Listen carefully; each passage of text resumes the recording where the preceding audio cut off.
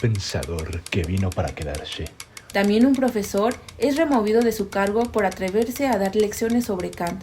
De todas sus obras, una quedó perdida en el olvido. El saber que el maestro Ángelo encontró el libro fue de suma importancia para esta investigación. Sin eso no hubiéramos podido proseguir. Por primera vez en la historia, los archivos secretos del Vaticano abren sus puertas. Argumentó que solo el conocimiento humano se limita a la experiencia sensible. Nuestros investigadores podrán encontrar el libro faltante para entender a Kant. Silvia Pinal estaría muy orgulloso de nosotros. Kant. Immanuel Kant, hijo de un guarnicionero, nació en el año de 1724 en Courniver. En 1740 se matricula en la universidad de su ciudad natal. Por otra parte, en 1755 obtiene la promoción de doctor en filosofía y también la de docencia. En 1770, cuando contaba ya con 45 años, no obtuvo el nombramiento de profesor ordinario de lógica y metafísica. El prestigio llegó en el momento en que requirió de otras dos universidades, entonces hubo interés en retenerlo. Con esto su vida quedaba finalmente asegurada. Kant no salió sino raras veces de su ciudad y nunca de la provincia. Fue el primer profesor que dio en Alemania lecciones de geografía y física. Su conocimiento lo obtuvo de una grandísima lectura y de sus dotes de observación, extraordinariamente fina. Su vida sencilla y sobria, un hombre amable y social, pero sin embargo nunca se casó. La exposición sobre el pensamiento de Kant sobre lo religioso tiene que tener dos partes muy marcadas en su persona. Por una parte, primero se va a referir a este indicio de su núcleo de su pensamiento, de la filosofía kantiana, como lo puede llamar él, el criticismo, por cuanto habla de Dios de una manera que la conciencia lo hace ver en la conciencia moral. Entonces, este criticismo va a llevar a un teísmo moral, como Kant lo llama, ¿no? Y la otra parte de su persona, se va a especializar más sobre sus reflexiones personales. Estas se darán posteriormente hasta el fin de su vida. Como puede verse, cronológicamente va acentuando. Primero Kant viene hablando sobre un criticismo que lo va a llevar a un teísmo moral, y posteriormente vienen sus reflexiones sobre ello. Posteriormente, en 1766, escribe Los sueños de un visionario explicados por los sueños de la metafísica. En esta obra examina la relación entre la razón y las experiencias sobrenaturales, critica al místico Swedenborg y comienza a cuestionar la metafísica tradicional. Il pensiero kantiano è presente ancora oggi. El pensamiento kantiano está presente hoy en día. Cada día conocer es un proceso que requiere contar con la experiencia. Pretender aumentar nuestro caudal de conocimiento con meras ideas o pensamientos equivale a proponernos incrementar nuestro patrimonio, añadiendo ceros al dinero del cual disponemos realmente. Con su epistemología, Kant decide combatir la superstición y el fanatismo, así como el dogmatismo religioso que ampara el poder absolutista y despótico de su época. Los mensajes más impactantes emocionalmente solapan las comunicaciones acreditadas que no pueden emular su meteórica velocidad para expandirse. Las apariencias van colonizando cada vez más terrenos hasta hacernos dudar de lo más evidente gracias a los hechos alternativos y todo tipo de ocurrencias. Para formar nuestro propio carácter, Kant considera elemental someterlo todo a la crítica de nuestro entendimiento, cribando los datos y contrastando las fuentes. Pero cuesta resistirse a la tentación de no asumir esa tarea y dejarnos tutelar por los demagogos de turno. El planteamiento ético de Kant apuesta por una moral deontológica para no depender del azar. De modo espontáneo, todos buscamos nuestra propia felicidad y conseguir aquello que nos resulte más útil. Pero el problema es que al hacerlo así, Podemos perjudicarnos mutuamente y vernos dañados por aquellos que solo atienden a sus cuitas específicas. Por eso, Kant nos propone realizar un experimento mental como piedra de toque para nuestros criterios éticos. Las leyes jurídicas tienen un poder coactivo impuesto desde fuera. Sin embargo, la ley moral solo atañe a las intenciones formuladas en el foro interno y no a los logros que pueda o no alcanzar nuestro propósito. Nunca podemos estar completamente seguros de que nuestra intención se vea contaminada por motivaciones inadvertidas o impulsos inconscientes, pero siempre podemos descontar los factores que dependan de la suerte. Nada más contrario a estas premisas kantianas que una competitividad inmisericordia, interesada únicamente en el éxito y que desprecia la moral del esfuerzo.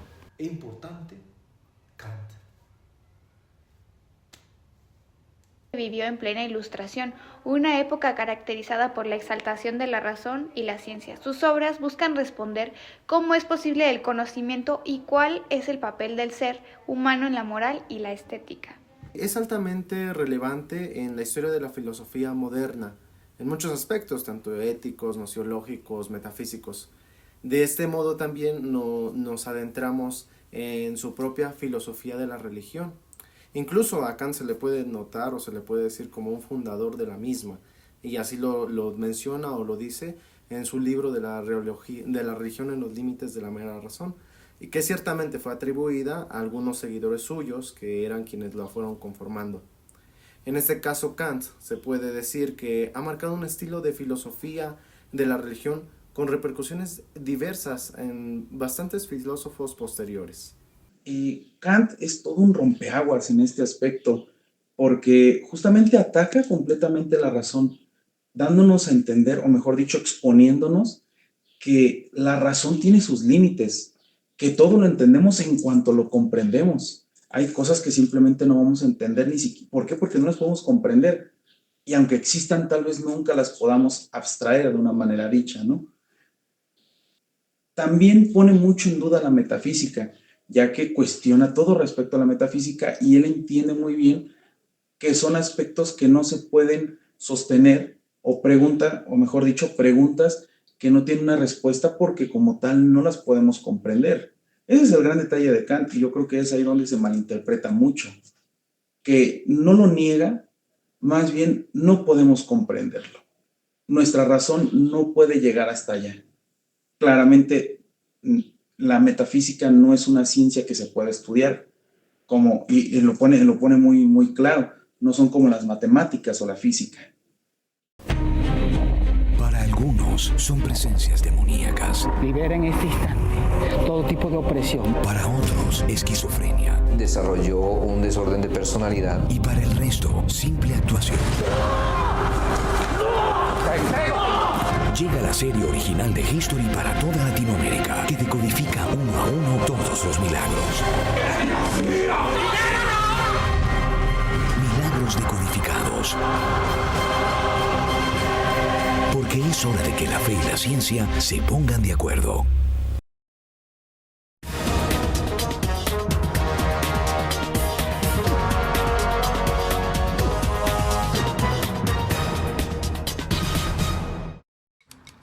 Kant, un pensador que vino para quedarse.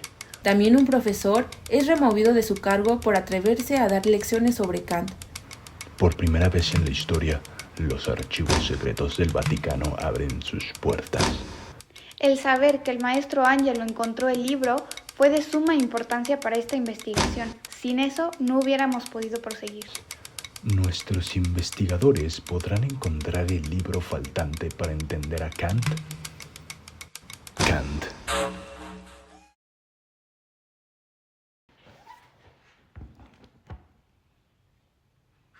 Ragazzi, venite. Filippo en colores. He encontrado un libro. Venid. Sin duda, el descubrimiento del Dr. Ángelo hará cambiar el rumbo de la filosofía moderna. ¿Qué libro encontraste? El saber que el maestro Ángelo encontró el libro fue de suma importancia para esta investigación. Sin eso no hubiéramos podido proseguir. Ho trovato un libro. ¿Un libro? El descubrimiento del Dr. Angelus fue un antes y un después en la filosofía kantiana. Y pues claro, para Kant lo principal era explicar de una manera racional qué era lo que encontraba en este criticismo, en este teísmo moral. Para ello va a formular unas críticas famosas: crítica de la razón pura, crítica de la razón práctica, crítica de la razón del juicio. Estas argumentadas en unas fechas muy específicas, desde 1781 a 1790.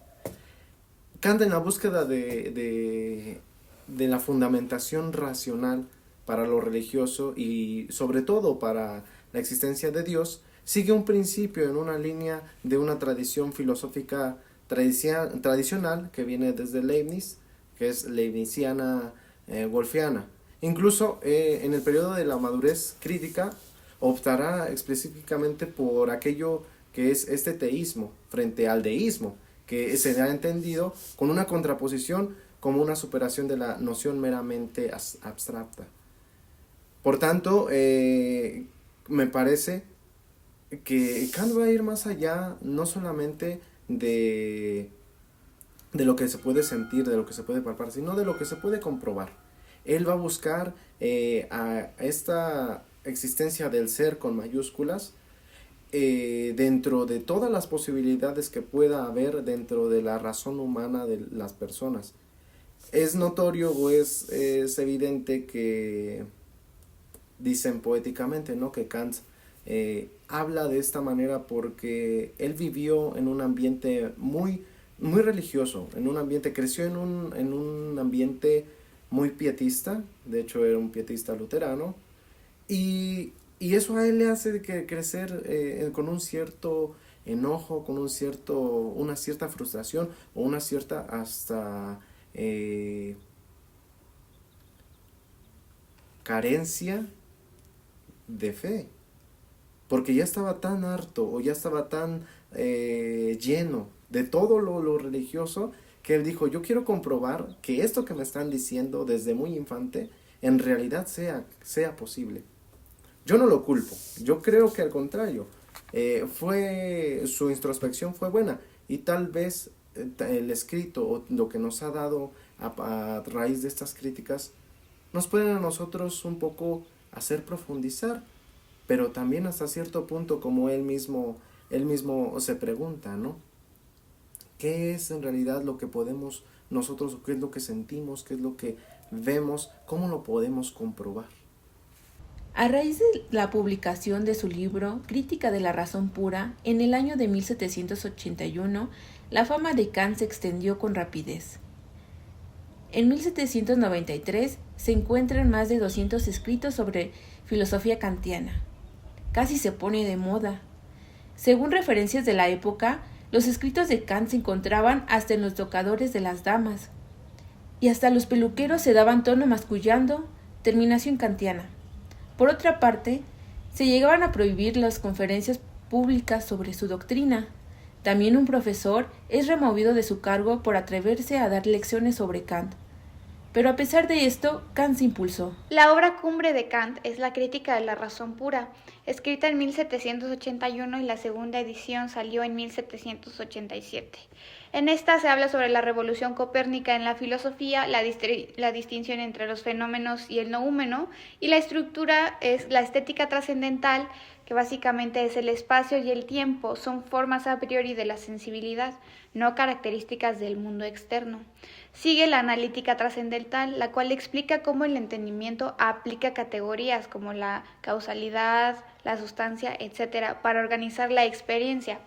Y luego, para finalizar, está la dialéctica trascendental. Kant critica la metafísica dogmática, que intenta alcanzar un conocimiento más allá de la experiencia posible. La crítica de la razón pura se divide en dos: la parte analítica y la parte dialéctica. En la parte analítica, Kant descompone el conocimiento a priori, y este es el que lo conocemos como el entendimiento puro. El entendimiento puro son esas reglas básicas las cuales hacen que el objeto y el sujeto tengan una relación, cómo como sujetos entendemos el objeto. En la parte dialéctica surge algo muy interesante. En esta parte Kant habla y pone en cuestionamiento la metafísica, pone en duda todas estas preguntas que nos hicimos, a dónde llega el conocimiento, por qué llega hasta allá, cuáles son los límites, y pone en duda y lo dice claramente, que muchas de las preguntas metafísicas son insostenibles. Así que podemos decir que esta parte es una especie de refutación a la metafísica, y cómo el razonamiento también nos puede dar una especie de ilusión y crear, como ya lo diría Wittgenstein, alguna serie de pseudoproblemas. Kant no lo conoce así, pero básicamente es eso, ¿no? Para Kant la metafísica nos da preguntas que ni siquiera son sostenibles, ya que pues estas son meras ilusiones de la razón, creyendo que la razón puede llegar a donde quiera cuando ésta tiene sus límites.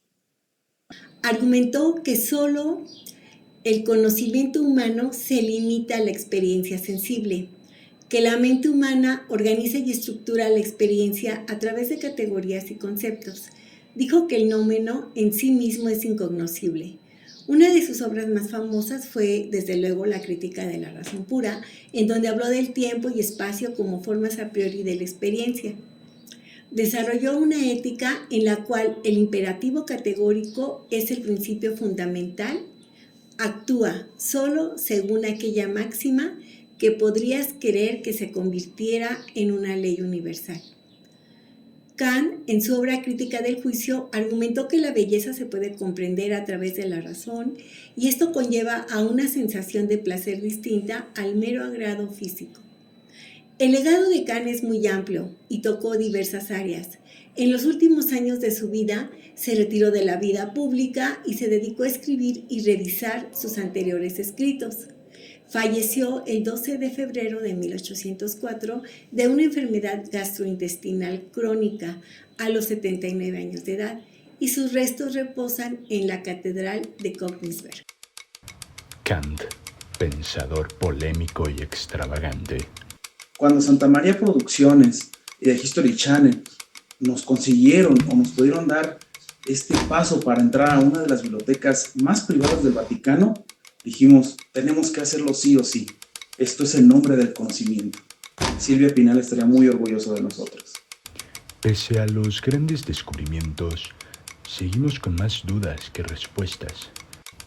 En conclusión,